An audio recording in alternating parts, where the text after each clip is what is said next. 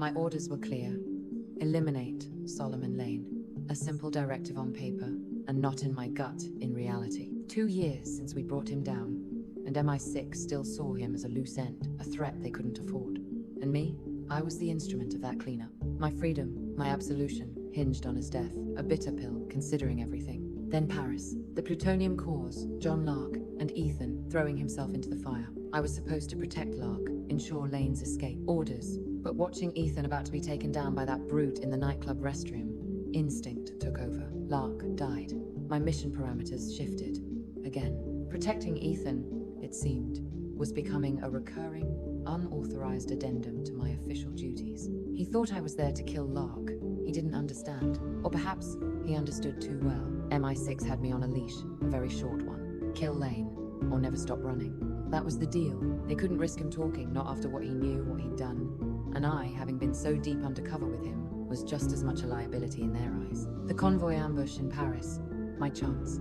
Lane, vulnerable. But Ethan's team, they were there. They saved him, unknowingly complicating my life further. Explaining it to Ethan later, the words felt hollow. This is how I prove my loyalty. This is how I come home. Home. What did that even mean anymore? Was it a place, or a state of being I was no longer sure I could achieve? He wouldn't tell me where Lane was. Frustrating, but expected. Ethan operates on his own code. A code that often puts him at odds with everyone, including me. But it's also what makes him Ethan. So, I found my own way. Following the breadcrumbs, the whispers, the shadows. It led me to Kashmir. The world on the brink, again. 2 nuclear bombs. Lane's twisted endgame. And there we were. An unlikely alliance against a common, catastrophic threat.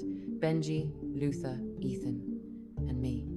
My MI6 directive to kill Lane was still active, a persistent hum beneath the roar of the immediate crisis. But as the timer ticked down, as we fought side by side, Benji and I against Lane, Ethan in that insane helicopter chase, the lines blurred.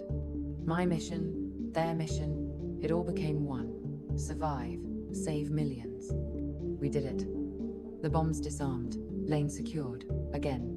Not by my hand, not in the way MI6 envisioned, but he was stopped. And in that moment, watching Ethan, battered but alive, a different kind of clarity emerged. My loyalty wasn't just to a government or an agency, it was to something more fundamental. To doing what was right, even when the orders said otherwise, even when it meant walking a path far more complicated than the one laid out for me. They say we're never truly free, perhaps.